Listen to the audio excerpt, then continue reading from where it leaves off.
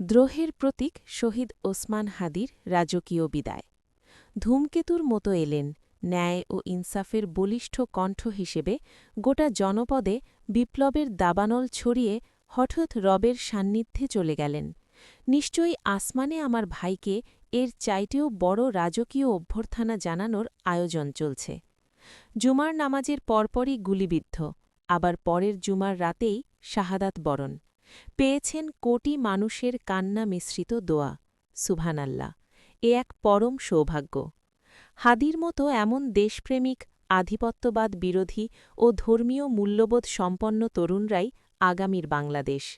শহীদের রক্ত কখনও বৃথা যায় না। ইনশাল্লাহ ওসমান হাদি বেঁচে থাকবেন সহস্র মুক্তিকামী মানুষের ভালোবাসায়। অনুপ্রেরণা যোগাবেন প্রজন্ম হতে প্রজন্ম। সাহসের বাতিঘর হয়ে থাকবেন অগণন মানুষের হৃদয়ে।